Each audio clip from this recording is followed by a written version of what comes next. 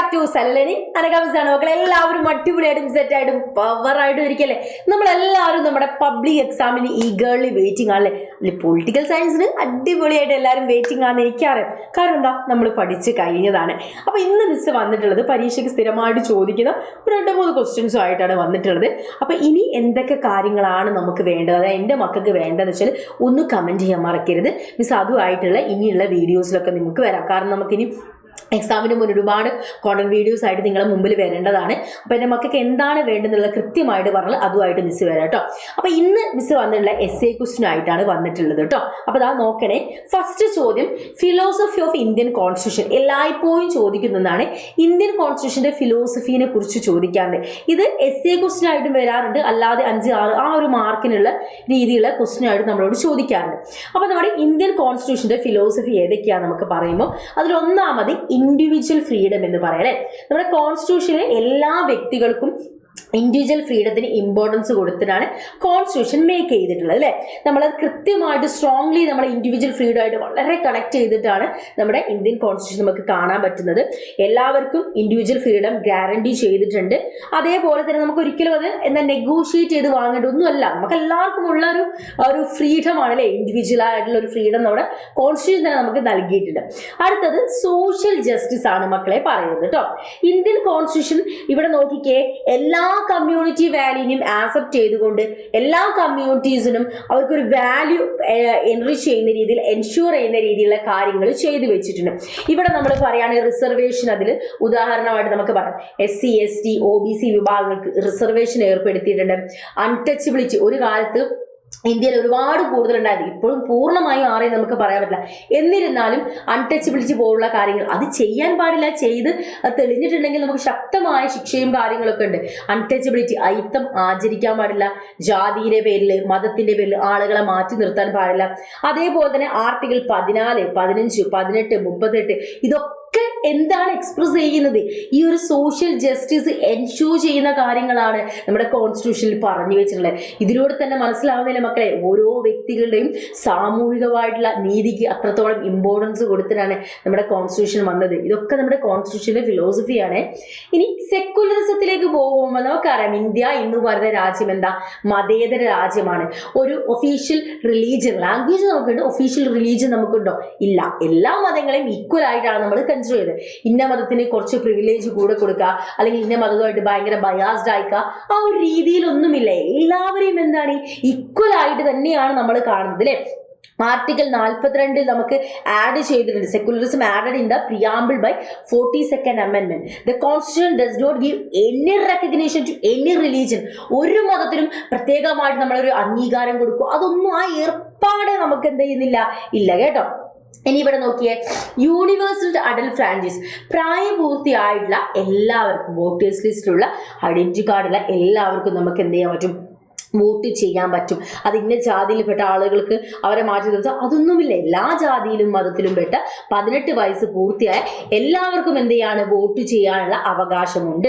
അവർ voters ലിസ്റ്റിൽ ഭാഗമായിട്ട് കൊണ്ട് അവർക്ക് എന്ത് ചെയ്യാൻ പറ്റും, വോട്ട് ചെയ്യാൻ വേണ്ടി സാധിക്കും. പണ്ട് അത് 21 വയസ്സായിരുന്നു, പിന്നെ അത് കുറച്ച് 18 വയസ്സാക്കി. പണ്ട് കാലങ്ങളിൽ പല രാജ്യങ്ങളിലും എന്ത് ചെയ്യുന്നില്ല, സ്ത്രീകൾക്ക് വോട്ടവകാശമില്ല. അന്നും ഇന്ത്യയിൽ എന്നാണോ ഈ ഫസ്റ്റ് ഇലക്ഷൻ നടന്നത് 1952 മുതൽ സ്ത്രീകൾക്കും പുരുഷനും ഒരുപോലെ എന്ത് ചെയ്യുന്നുണ്ട്, വോട്ട് അവകാശമുണ്ട്. അതാണ് യൂണിവേഴ്സൽ അഡൽട്ട് ഫ്രാഞ്ചൈസിലൂടെ പറയുന്നത്. അടുത്തത് ഫെഡറലിസം ആണ് മക്കളെ പറയുന്നത്. നമുക്കറിയാം, ഇന്ത്യ എന്ന് പറയുന്ന രാജ്യത്ത് 2 സെറ്റ് ഓഫ് ഗവൺമെന്റ് നമുക്ക് കാണാം അല്ലെ. ഒന്ന് സെൻട്രൽ ഗവൺമെന്റും ഒന്ന് സ്റ്റേറ്റ് ഗവൺമെന്റും. നാഷണൽ ലെവലിലുള്ള കാര്യങ്ങൾ തീരുമാനിക്കാൻ വേണ്ടി സെൻട്രൽ ഗവൺമെന്റും നമ്മുടെ റീജിയണൽ ലെവലിലുള്ള കാര്യങ്ങൾ തീരുമാനിക്കാൻ വേണ്ടി നമുക്ക് സ്റ്റേറ്റ് ഗവൺമെന്റും ഉണ്ട്. അത് ഉള്ളത് കൊണ്ട് തന്നെ എല്ലാ കാര്യങ്ങളും നമുക്ക് കുറച്ചുകൂടെ ഈസിലി ആയിട്ട് എന്ത് ചെയ്യാൻ പറ്റുന്നുണ്ട്, ചെയ്യാൻ വേണ്ടി സാധിക്കുന്നുണ്ട് കേട്ടോ. അപ്പം അത് നമുക്ക് പിന്നെ നാഷണൽ ഐഡന്റിറ്റിനെ കുറിച്ച് പറയുന്ന സമയത്ത് നമുക്ക് അത് സെയിം ടൈം നമുക്ക് എന്ത് ചെയ്യുന്നുണ്ട്, നാഷണൽ ഐഡന്റിറ്റി ഉണ്ട്, റീജിയണൽ ഐഡന്റിറ്റിയും ഉണ്ട് അല്ലെ. അത് അവിടെ പറയാം, രണ്ടും ബാലൻസ് ചെയ്ത് നമ്മൾ 2 ഐഡന്റിറ്റീസും ബാലൻസ് ചെയ്താണ് മുന്നോട്ട് പോകുന്നത്. പിന്നെ പറഞ്ഞ ഡൈവേഴ്സിറ്റി ആൻഡ് മൈനോറിറ്റി റൈറ്റ്. നമുക്കറിയാം നമ്മുടെ രാജ്യം ഇന്ത്യ എന്ന് പറയുന്ന രാജ്യം ഒരുപാട് ഡൈവേഴ്സിറ്റി ഉള്ള ഒരു രാജ്യമാണ്. ഈ ഒരു രാജ്യത്ത് എന്ത് ചെയ്യുന്നുണ്ട്, എല്ലാവരെയും ആക്സെപ്റ്റ് ചെയ്യാൻ പറ്റുന്ന കാര്യങ്ങളാണ് നമ്മൾ ചെയ്തു വെച്ചിട്ടുള്ളത്. Article 29 of the Indian constitution state the protection of Indian state of minority. And ഇവിടെ നോക്കിക്കേ, it states that any group living within the jurisdiction of India it is entitled to preserve and promote its own language. Indian ടെറിട്ടറിയിൽ ജീവിക്കുന്ന ആർക്ക് വേണമെങ്കിലും അവരെ language promote ചെയ്യാനും അല്ലെങ്കിൽ അവരെ സ്ക്രിപ്റ്റ് മുന്നോട്ട് കൊണ്ടുപോകാനും അവരെ ലിറ്ററേച്ചറിലൂടെ മുന്നോട്ട് പോകാനും അവരെ കൾച്ചർ പരിപാലിക്കാനും പ്രൊട്ടക്ട് ചെയ്യാനും ഒക്കെ ഉള്ള റൈറ്റ്സ് എന്ത് ചെയ്യുന്നുണ്ട്, ഇന്ത്യൻ കോൺസ്റ്റിറ്റ്യൂഷൻ പ്രൊവൈഡ് ചെയ്തിട്ടുണ്ട്. ഇത് എന്താണ്, നമ്മുടെ ഇന്ത്യൻ കോൺസ്റ്റിറ്റ്യൂഷന്റെ ഫിലോസഫിയാണ് നമ്മളിവിടെ പറഞ്ഞത് കേട്ടോ. എന്താ പറഞ്ഞത് മക്കളെ? Philosophy of the Indian constitution ആണ് പറഞ്ഞിട്ടുള്ളത്. പരീക്ഷയ്ക്ക് ചോദിക്കുന്ന ഒരു ചോദ്യമാണ്. അത് ക്ലിയർ ആയില്ലേടാ? ഓക്കെ, ഇനി നമുക്ക് അടുത്ത ചോദ്യത്തിലേക്ക് നമുക്ക് പോകാം. വെസ്റ്റേൺ സെക്കുലറിസവും ഇന്ത്യൻ സെക്കുലറിസവും പരീക്ഷയ്ക്ക് സ്ഥിരമായി ചോദിക്കുന്ന ഒരു സംഭവമാണ്. വെസ്റ്റേൺ സെക്കുലറിസവും Indian secularism. Western secularism keep strict distance from all religion. എല്ലാ മതവുമായിട്ടൊരു ഡിസ്റ്റൻസ് ആര് കീപ്പ് ചെയ്യും? നമ്മളെ വെസ്റ്റേൺ സെക്കുലറിസം കീപ്പ് ചെയ്യും. പക്ഷെ ഇന്ത്യൻ സെക്കുലറിസം എല്ലാ റിലീജിയസ് അഫയേഴ്സിലും എന്ത് ചെയ്യുന്നുണ്ട്, ഇന്റർഫിയർ ചെയ്യുന്നുണ്ട്.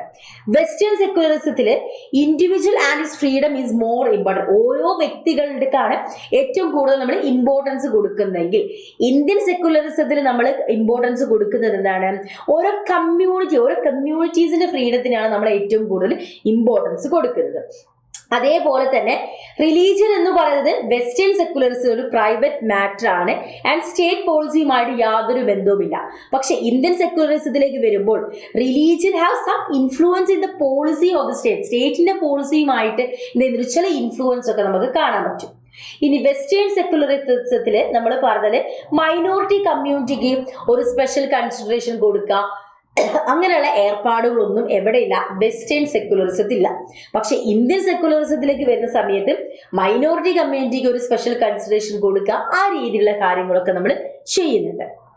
ഇനി ഒരു സ്പെഷ്യൽ കൺസിഡറേഷനും ഒരു മൈനോറിറ്റി കമ്മ്യൂണിറ്റിക്ക് നമുക്ക് കൊടുക്കുന്നില്ല അല്ലെ? പക്ഷെ ഇന്ത്യയിൽ എന്തുണ്ട്, അതൊക്കെ കൊടുക്കുന്നുണ്ട്. പിന്നെ ഗവൺമെന്റ് ഒരിക്കലും റിലീജിയസ് റിഫോർമേഷന് വേണ്ടിയിട്ട് സപ്പോർട്ട് ചെയ്യുന്നില്ല.